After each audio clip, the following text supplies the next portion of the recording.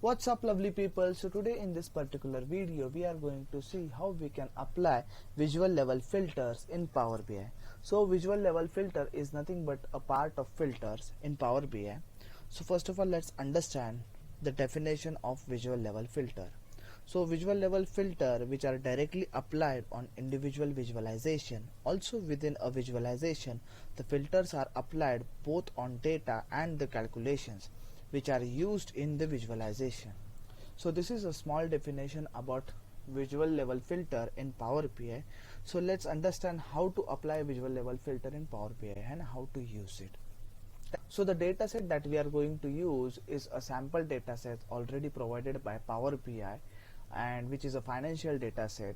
So for that we will need some kind of question like let's say I would like to see the country wise sales, profit and unit sold. So for that I would be requiring three columns like the sales, profit and unit sold. So I am going to drag and drop the sales onto the task window, and same thing I am going to do with the other columns as well. So let's drag and drop the profit as well onto the task window. After that, drag and drop the unit source onto the task window and drag and drop the country onto the task window. So you can see over here a default visualization is taking place. So you can see over here a default visualization is taking place. So let's say I would like to select the clustered bar chart. So this will look so nice. Okay, so for applying a visual level filter we have to use this pane, the filters pane.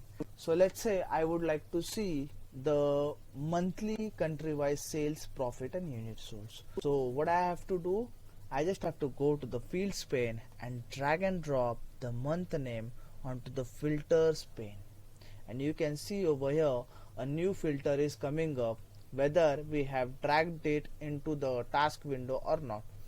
We just have to apply it. So for that I am going to select the April, August, December and February month to see the country wise sales, profit and units sold for these particular months. So you can see over here the changes are taking place, and we can see the month wise sales, profit and units sold according to country.